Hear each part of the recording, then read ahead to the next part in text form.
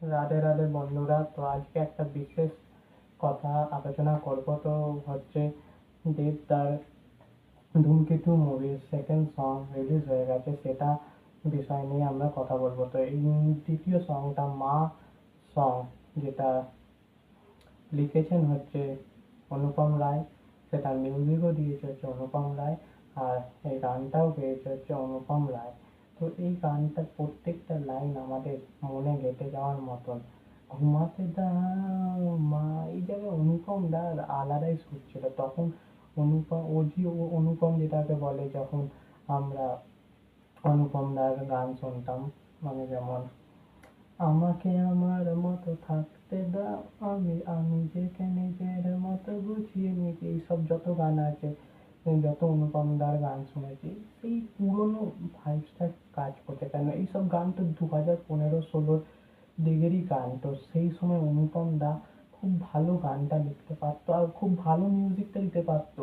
যেমন গানে গানে গানটা দেখো, প্রত্যেকটা লাইন আমাদের হৃদয়ে লেগে আছে। প্রথমে তো এই গানে গানেটাকে অনুপম রায়ের দিয়ে গান হয়েছে, পরে অরিজিৎ আর শ্রেয়ার জুটি খুব ভালোই লাগছে গানটার মধ্যে। তো ওই মা, তো গানটা, তা তো মা নিয়ে অনেকেই গান বানিয়েছে, কিন্তু অনুপম রায়ের গানটা আলাদা।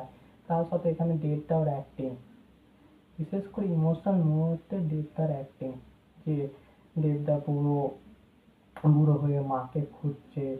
তো দেবদা বুড়ো হয়ে গেছে, তার মার বয়স সেম আছে। আমার মনে হচ্ছে এখানে ছদ্মবেশ নিয়েছে দেবদা। তো দেবদা ছদ্মবেশ নিয়েছে, আর সে তার মাকে বলতে পারছে না যে কি কারণে সে ছদ্মবেশ নিয়েছে। কারণ দেবদার বয়স বেড়ে গেছে, তার মার বয়স বাড়েনি। এটা হতে পারে না। দেবদা তার মাকে যে বলতো ঘুমাতে দাও, এইসব লাইন মানে গেঁথে আছে। তো এখানে তো সবই ভাল লাগছে, মা সংটা খুবই ভাল লাগছে আমার। তো দেখা যাক, ধূমকেতু মুভিটাকে নিয়ে আমি খুবই এক্সাইটেড। এই স্টোরিটা এখনো বোঝা যাচ্ছে না দেবদা এখানে ছদ্মবেশ নিয়েছে না টাইম ট্রাভেল করেছে বা কোনোভাবে বয়স বেড়ে গেছে, সেটা বইটা দেখলেই বোঝা যাবে। তো বন্ধুরা, তোমরা গানটা দেখেছো তো কেমন লেগেছে এই গানটা তোমরা আমাকে কমেন্ট করে বলো। আর যারা ভিডিওটা ভালো লেগেছে তারা লাইক এবং শেয়ার করে দেবেন, আর যারা চ্যানেলে নতুন আছো তারা চ্যানেলটাকে সাবস্ক্রাইব করে দেবেন। দেখা হচ্ছে নেক্সট ভিডিওতে।